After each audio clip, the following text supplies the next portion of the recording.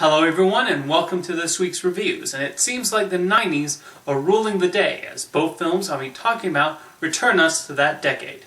First up is the much talked about live-action version of the animated Disney classic, which was itself turned into a long-running Broadway musical.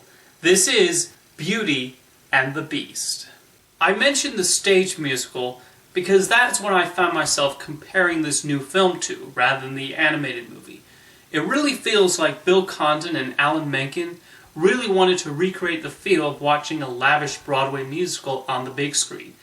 And even though they don't sing any of the songs written for the stage play, the score does sneak their melodies in. The musical numbers are definitely the highlights here, performed with excellent choreography and the proper energy. This production has been handsomely mounted and is quite beautiful, especially when projected onto IMAX.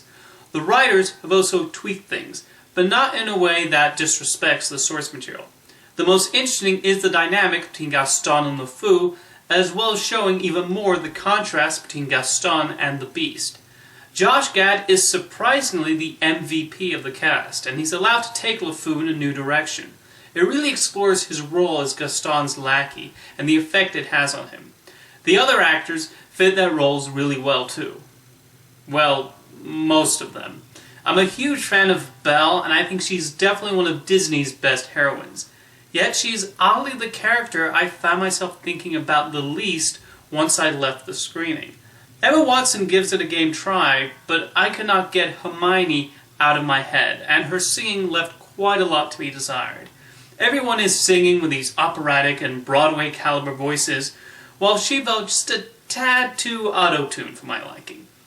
They just sort of tick the proper boxes when writing her, and I found myself more engaged in how Gaston, LeFou, the Beast, and the enchanted objects develop through the course of the film. That said, this is a lovely production with a proper dose of Disney magic, bringing me back to seeing the Broadway musical 20 years ago. Next up is the return of those Scottish ruffians as they reunite in the sequel, T2 Trainspotting. This film feels like the natural progression for this quartet, and Danny Boyle does not miss a beat in bringing us back to the world of Trainspotting.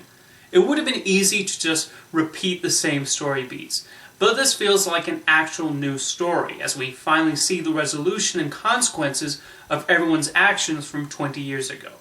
Boyle and writer John Hodge show how much and also how little these characters have changed as they deal with making up, and while trying to avoid the drugs that almost ruined their lives those 2 decades ago. Boyle directs it with the proper amount of energy and humor. I found myself laughing quite hard at all the right parts.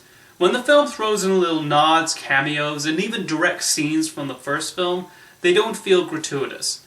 The actors are still on point and fit back into the old gang like a glove. It's always tricky returning many years later for a new sequel, but I think 20 years was the right time to wait, and I enjoyed catching up with the Trainspotting blokes again. Thank you for watching this week's reviews, and I'll see you next time.